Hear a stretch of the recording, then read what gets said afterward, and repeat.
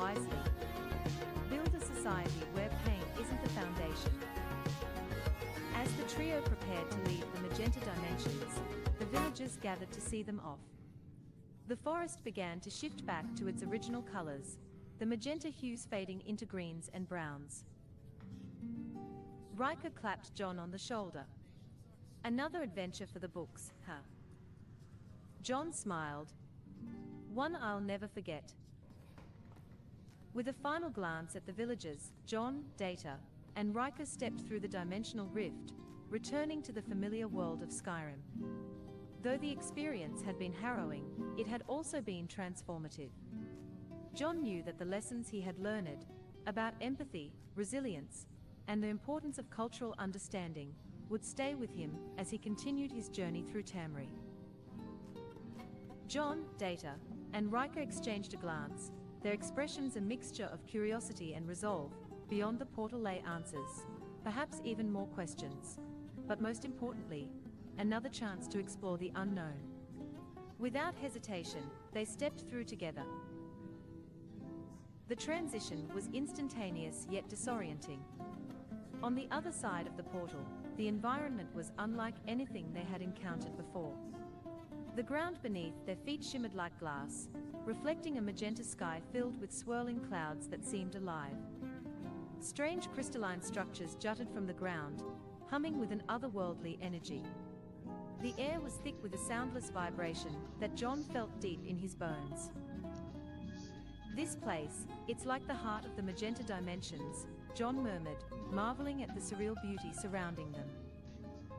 Data's eyes darted around, his android mind analyzing everything. "This realm appears to be a central nexus. The energy here is far more concentrated than in the previous dimension. It could be a source of the disturbances." Before they could take another step, a figure emerged from the crystalline structures, a tall, ethereal being with glowing magenta eyes and a flowing form that seemed to shift between solid and translucent. Its presence exuded both authority and calm. "Travelers," the being spoke, its voice resonating directly in their minds. "You have entered the core of the continuum. Why do you intrude?" John stepped forward, his instincts telling him to approach with both caution and honesty. "We seek understanding. Your dimensions have crossed into ours, causing pain and disruption. We wish to learn why and how we can coexist peacefully." The being regarded him for a moment, its expression unreadable. "Your world and ours are not meant to touch, yet the barriers weaken. Your Dwemer tampered with forces they did not comprehend, creating cracks in the veil. These cracks have allowed our energies to seep into your realm." Riker crossed his arms, his trademark smirk softening into something more serious. "So how do we fix this? There's got to be a way to stop the overlap." The being extended a hand, and a holographic image appeared in the air, depicting the device they had discovered in Blackreach. "The device you found is a key. It can stabilize the barriers, sealing the cracks. But doing so will come at a cost." John frowned. "What kind of cost?" The being's gaze settled on him. "The magenta dimensions exist in harmony with pain, not as suffering, but as a language of connection and growth.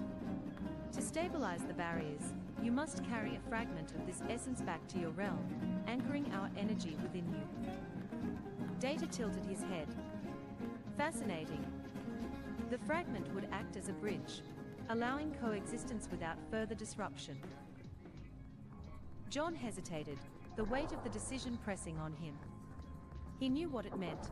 Carrying this essence would change him, binding him to the magenta dimensions in a way he couldn't fully understand. Yet, if it meant protecting Tamriel and preventing further harm, he was willing to take the risk. "I'll do it," he said firmly. "If it means peace between our realms, I'll carry the fragment." The being inclined its head, a gesture of respect. "So be it." With a wave of its hand, a small shard of glowing magenta crystal materialized in the air. The shard hovered before John, pulsing gently. He reached out and grasped it, feeling a surge of energy course through him. The shard dissolved into his skin, leaving a faint glow on his palm. The being spoke once more. You are now the bridge. The barriers will stabilize, but you must nurture this connection with care. Return to your world and safeguard the balance. The portal behind them shimmered, signaling their time to leave. John, Data, and Riker exchanged a final glance with the being before stepping back through the rift. As they re-emerged in Blackreach, the portal collapsed behind them, leaving only silence. The device in the chamber powered down, its purpose fulfilled. John looked at his glowing palm, a mix of wonder and responsibility in his eyes. Well, Riker said, clapping him on the back. That's one for the history books. Data nodded. The stabilization process appears to be successful. We should monitor for further anomalies, but for now, the danger has passed. John smiled, a sense of accomplishment washing over him. Let's head back to Winterhold. I think we've earned a drink. Their journey back to the college was filled with light-hearted banter and quiet reflection. John couldn't help but feel that his bond with Data and Riker had deepened through their shared adventure.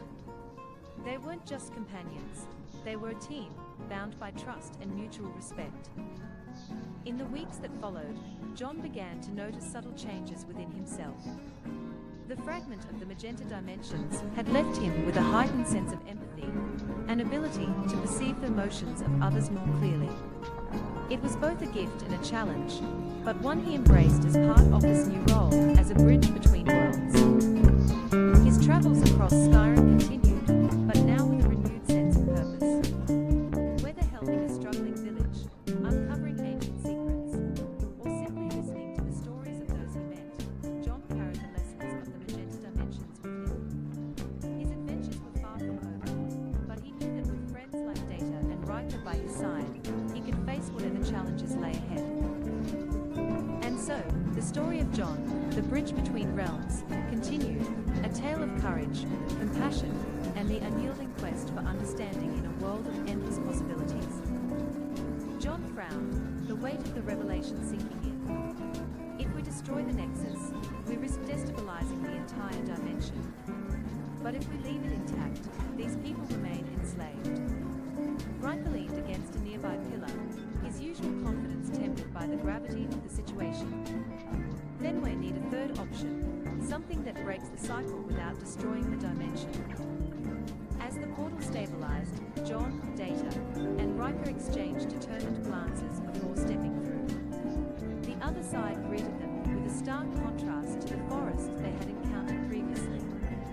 They emerged in a sprawling city with architecture that defied logic, twisting spires, floating platforms, and stairways that led nowhere.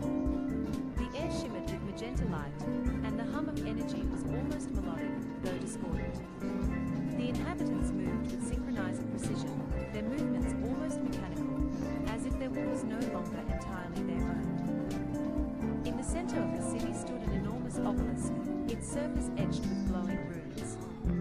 Data's analytical gaze locked onto the structure. That appears to be the source of the dimension's energy. If we can decipher its purpose, we may be able to understand the nature of this realm. Riker, scanning their surroundings, added, we'll also need to keep a low profile. Something tells me they won't take kindly to visitors. John's understanding of the dimension's culture proved invaluable as they navigated the city. He approached an inhabitant, a tall figure with translucent skin that revealed the flow of magenta energy within their body. Speaking in the tone and cadence he had learned, John managed to convince them that the trio was a delegation from a neighboring region. The figure hesitated, but ultimately led them to a vast library housed within one of the spiraling towers. The library was unlike anything they had ever seen. Books and scrolls floated in midair, pages turning as if guided by an unseen hand. Data immediately began scanning the texts, his fingers moving across the holographic symbols. These writings suggest that the obelisk is a harmonic nexus. It regulates the flow of energy in this dimension, but it also acts as a prison. The inhabitants are bound to its will, their individuality sacrificed to maintain the realm's stability. John frowned, the weight of the revelation sinking in. If we destroy the Nexus, we risk destabilizing the entire dimension. But if we leave it intact, these people remain enslaved. Riker leaned against a nearby pillar, his usual confidence tempered by the gravity of the situation. Then we need a third option, something that breaks the cycle without destroying the dimension. Trio re-emerged in a swirl of light, as the transporter beam whisked them back to the familiar confines of the Enterprise. The gentle hum of the ship's engines greeted them, a stark contrast to the chaotic energy of the dimension they had just left. Commander Riker immediately tapped his communicator. Riker to Captain Picard.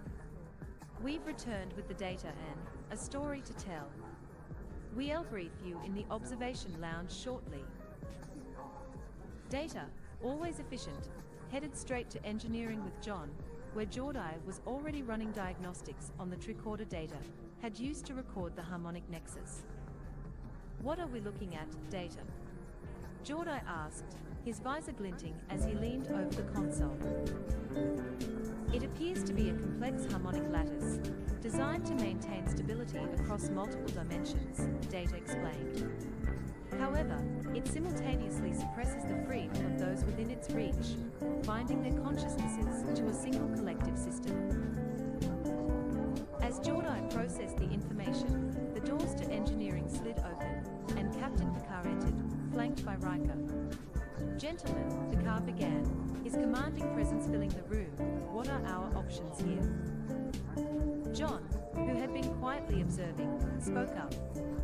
We can't destroy it outright, Captain. Doing so would collapse their entire dimension. But if we can disrupt the harmonic flow without breaking it completely, we might be able to free the inhabitants while maintaining their world's stability. Before Picard could respond, the transporter room signaled a priority message. Sir, the transporter chief's voice came over the comm. We have an unexpected guest from Whiterun. She insists she's with John. Moments later, Lydia, clad in her steel armor and looking bewildered yet determined, stepped into engineering. I swore to carry your burdens, she declared, gripping the hilt of her sword tightly, her gaze darting around the advanced machinery. Lydia? John exclaimed, torn between exasperation and relief. How did you even get here? The portal, she replied simply. You disappeared into it, and I wasn't about to let you face danger alone. Picard raised an eyebrow, but remained composed, gesturing for her to follow. Very well. It seems our mission just became more eclectic. Lieutenant Worf will ensure she's equipped with appropriate attire for her stay aboard the Enterprise. For now, let's focus on the Nexus. Ideas, Mr. Data. The story now shifts to the team combining their expertise and Lydia's unique perspective for the mission ahead. Let me know how you'd like to proceed. You said they have to travel to Deep Space Nine to talk to the Cisco, the emissary of the Prophets, to ask their guidance. Afterwards, they go Maastricht top retrieve an artifact in John's old apartment complex, one he had hidden for situation like this. This arch take 30 pages. ChatGPT said. ChatGPT. That sounds like an epic arc. Here's a broad overview to set up the narrative for the 30-page journey, which can then be expanded into detailed scenes. Act 1. The journey to Deep Space Nine. 1. Departure from the Enterprise. Picard, intrigued but cautious, approves the mission to seek guidance from the Prophets through Captain Benjamin Sisko, also known as the Emissary. Lydia, unfamiliar with space travel, has a humorous but heartfelt moment as she adjusts to life aboard a starship. 2. Arrival at Deep Space Nine. The crew docks at DS9, greeted by Kira Nerys and Jadzia Dax. Lydia's medieval demeanor draws curiosity from the crew, while John's role as a dimensional traveler intrigues Sisko. 3. Consultation with the Prophets. Sisko brings the group to the wormhole, where the prophets communicate cryptically. They reveal that the harmonic nexus is tied to ancient temple flows and that a unique artifact in John's possession is the key to disrupting its control without destroying the dimension. Prophetic warnings. The prophets caution that retrieving the artifact will awaken forces tied to John's past, requiring strength and trust. Act 2. The Search in Maastricht. For Dota return to Earth, the team, now accompanied by Sisko, temporarily leaving Kira in charge of DS9, travels to Earth and lands in Maastricht, where John's old apartment complex hides the artifact. Lydia is amazed by Earth's modern architecture, but comments on the soullessness of it compared to Whiterun's stone halls. 5. Challenges of the past. John explains that the artifact is hidden in a sublevel beneath his old apartment, safeguarded with traps and a lock that only he can open. He reveals that he created this safeguard years ago, after a personal spiritual encounter that shaped his life. 6. Navigating the complex. The team encounters obstacles. Physical traps John set up to protect the artifact, mysterious echoes of John's past that manifest as illusions or memories. An unexpected adversary. A rogue Starfleet faction attempting to claim the artifact for its power. Act 3.